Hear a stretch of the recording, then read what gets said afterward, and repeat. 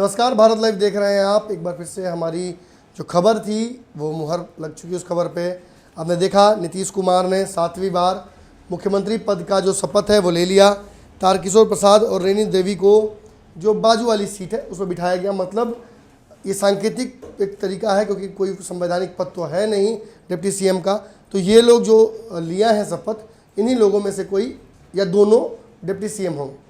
उसके अलावा जो लिस्ट लंबी हमने आपको बताई थी, उन सभी लोगों का नाम अशोक चौधरी हो, चाहे मांझी जी के बेटे हों या मुकेश सैनी हो, इन सभी ने शपथ ग्रहण कर लिया।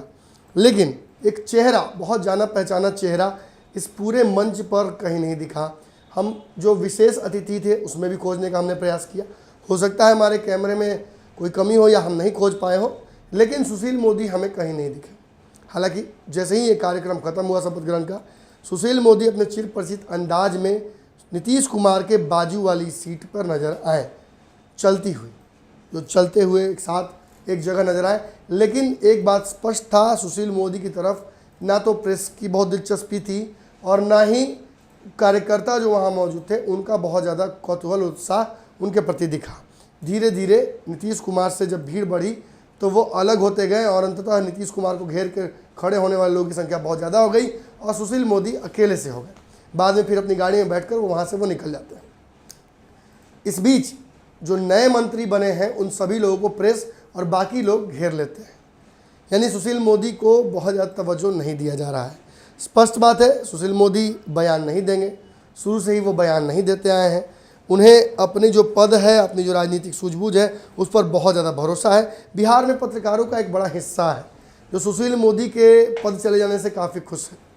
मैं ये नहीं कह सकता हूँ कि मैं भी बहुत नहीं खुश हूँ, क्योंकि मुझे लगता है कि बदलाव होता रहना चाहिए, चाहे वो मेरा ही पद क्यों ना हो। इस चैनल में भी अगर जड़ता आ जाएगी, अगर मैं लगातार एक पद पर बैठा रहूँ, तो उस हिसाब से भी बदलाव उचित लगा। लेकिन हाँ, नीतीश कुमार 7वीं बार वापसी कर गए।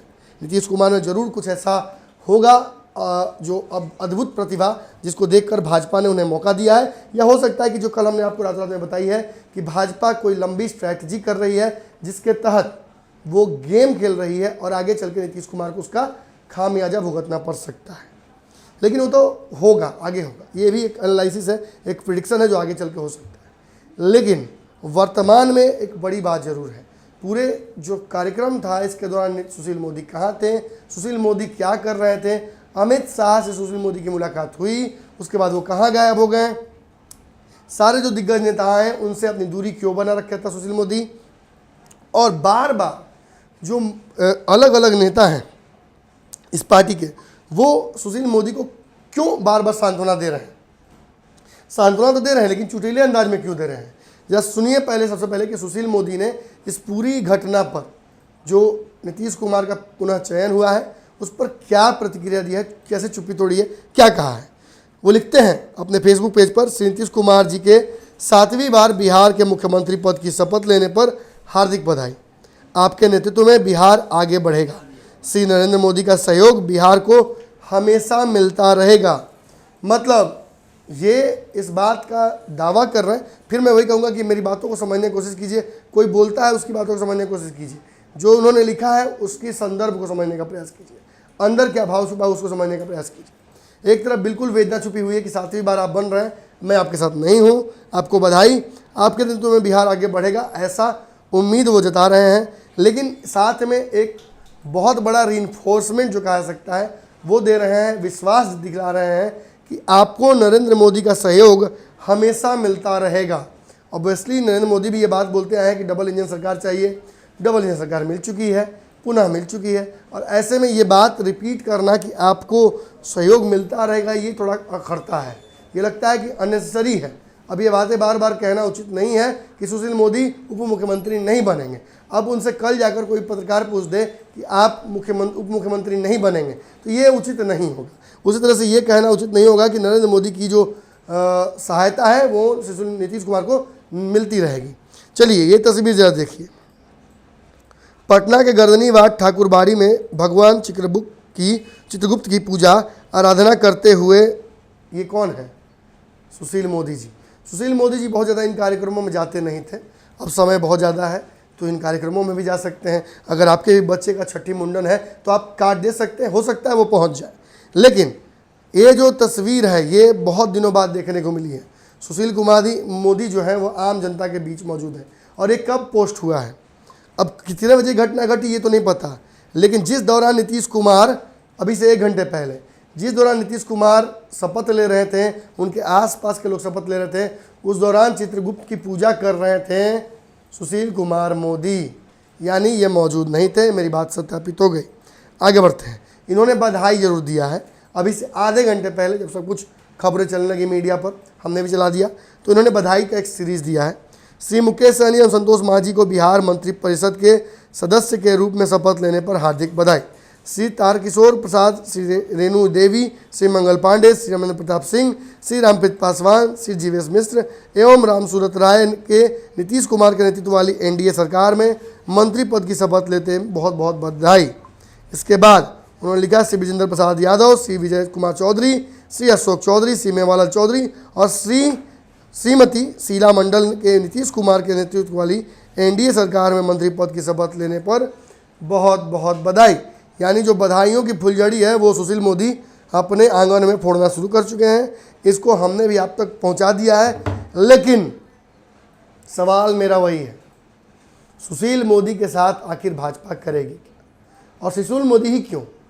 जिस तरह से खासतौर पे गिरिराज सिंह बहुत एक्साइटेड हो गए हैं, बात बात पर जवाब दे रहे हैं सुशील मोदी जी का, ये भी अपने आप में एक प्रश्न खड़ा करता है। और प्रेम कुमार की कल की हंसी और आज की चुप्पी जरूर एक बड़ा प्रश्न खड़ा करती है। बिहार में एनडीए क्या करने जा रहा है, नीतीश कुमार के साथ क्या करने जा रहा है, कैसे ये सरकार चलेगी। 125 पर बहुमत इस सरकार ने प्राप्त किया है, ये एक बहुत कंफर्टेबल मेजोरिटी नहीं है, और अगर कंफर्टेबल मेजोरिटी नहीं है तो इसे कंफर्टेबल कौन करेगा। और अगर कंफर्टेबल मेजोरिटी में नीतीश कुमार पर भाजपा ने अनुकंपा करके उनको मुख्यमंत्री बनाया है, तो ये अनुकंपा कब तक रहेगी। नीतीश कुमार स्वयं जिस तरह से वोलाटाइल रहे हैं राजनीतिक रूप से, सवाल तो खड़ा होता है कि आखिर नीतीश कुमार पर कब तक भाजपा और नरेंद्र मोदी और अमित शाह का जो हाथ है वर्धस्त रहेगा। फिलहाल नीतीश कुमार के साथ जिन लोगों ने मंत्रिपरिषद का जो सदस्यता लिया है उसमें पुराने नाम केवल अशोक चौधरी मुझे दिख रहे हैं, कुछ लोग और उनके जरूर मंत्रिमंडल के पुराने लोग हैं, लेकिन उनके जो कहा जाता है किचन कैबिनेट, यानी उनके आसपास के लोग जो उनके सिपे सलार हैं, नवरत्न में शामिल हैं, उनमें से 2-3 लोगों का, महत्वपूर्ण लोगों का मौजूद ना होना भी सवाल खड़ा करता है। आखिर भाजपा और जदयू के बीच में क्या कुछ पक रहा है। आज जरूर सरकार स्थायी रूप से बन गई है, मंत्री पद का शपथ भी ले लिया गया है, लेकिन बहुत सारे सवालों के हमारे जवाब नहीं मिल पाए हैं। हमारे सहयोगी विशाल, अभिषेक, सुमन और बाकी बिरजू सभी फील्ड में मौजूद हैं। लगातार इन नवनिर्वाचित जो मनोनीत, माफ़ कीजिएगा, जो सदस्य हैं, इनसे भी बात करने का प्रयास कर रहे हैं। सुशील मोदी तो बोलेंगे नहीं, वो फेसबुक ट्विटर पर ही बोलेंगे, तो मैंने आपको तो बता ही दिया कि उन्होंने क्या कहा है। आगे अगर कोई कुछ बोलता है तो हमारी नज़र उस पर रहेगी। प्रेम कुमार से संपर्क करने का प्रयास हम कर रहे हैं। तो आपकी जिम्मेवारी अब ये है कि इस वीडियो को आप शेयर कीजिए। निष्पक्ष पत्रकारिता अगर आपको पसंद आती है तो अगर फेसबुक पर हैं तो लाइक कर लीजिए पेज को, वीडियो वहाँ भी शेयर कर सकते हैं, कमेंट में हमारा हौसला आप बढ़ा सकते हैं। यूपीआई नंबर दिया हुआ है, अगर कुछ सहयोग करना है तो आप कर सकते हैं। धन्यवाद। अगर ये वीडियो पसंद आई और वह बिहार के राजनीति और बिहारियत से सरोकार रखेनी तो सब्सक्राइब बटन दबा के चैनल के सब्सक्राइब कर ली। ओजे एगो घंटी बा, ओकरा बटन दबा देला से कुल सटीक और मारक खबर रुआ मुफ्त में मिल जाई। अगर रुआ पत्रकारिता के हमनी के नया प्रयोग में सहयोग कर चाहतानी तो ज्वाइन बटन दबा दी। पेटीएम नंबर नोट कर ली 9386816700। धन्यवाद।